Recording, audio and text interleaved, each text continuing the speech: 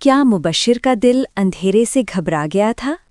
शाम ढलने लगी जब उसने है मुबश्शिर, एक नन्हा सा प्यारा और मासूम बच्चा। सुबह की नर्म धूप इसके कमरे में दाखिल हो रही है। खिलौने खुश हैं, किताबें खामोशी से कहानियां सुनाने को तैयार हैं। मुबश्शिर के नन्हे हाथों में एक छोटी सी कार है और उसका दिल अमन और खुशी से भरा हुआ है। दरवाजे के पास से अम्मी गुजरती हैं। मुबश्शिर उन्हें देखता है और एक मासूम सी मुस्कुराहट उसके चेहरे पर आ जाती है। आज का दिन भी एक नई कहानी लेकर आया है। अब शाम ढल रही है, धूप आहिस्ता आहिस्ता रुखसत हो रही है। कमरे में खामोशी है और मुबश्शिर अकेला है। खिड़की से आने वाली रोशनी लंबे साए बनाने लगती है। अचानक दीवार पर एक साया हिलता है।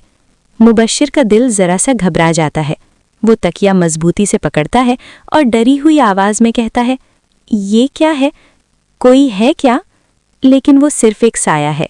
मुबश्शिर अभी ये नहीं जानता। वो हल्की आवाज में पुकार उठता है, अम्मी। दरवाजे के नीचे से रोशनी की एक लकीर कमरे में फैल जाती है। दरवाज़ा आहिस्ता से खुलता है। सुनहरी रोशनी के साथ अम्मी अंदर आती हैं। उनके हाथ में एक छोटा सा रोशन लैंप है। मुबश्शिर के चेहरे पर मुस्कुराहट वापस आ जाती है। अम्मी आ गई हैं, अब न डर है न अंधेरा।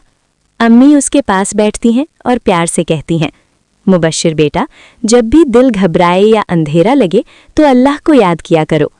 वो उसके नन्हे हाथ अपने हाथों में लेती हैं और उसे दुआ सिखाती हैं। मुबश्शिर गौर से सुनता है, फिर हाथ उठाकर आहिस्ता से कहता है, औज़ु बिल्लाहि मिनश शैतानिर रजीम। कमरा सुकून से भर जाता है।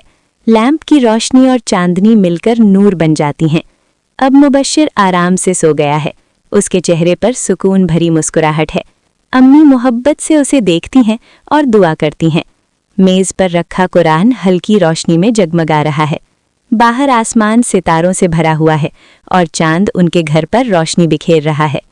ये थी मुबश्शिर की आज की कहानी, जो हमें सिखाती है कि जब भी दिल घबराए अल्लाह को याद करो, क्योंकि जिस दिल में दुआ और कुरान का नूर हो उसे कभी अंधेरा नहीं डरा सकता।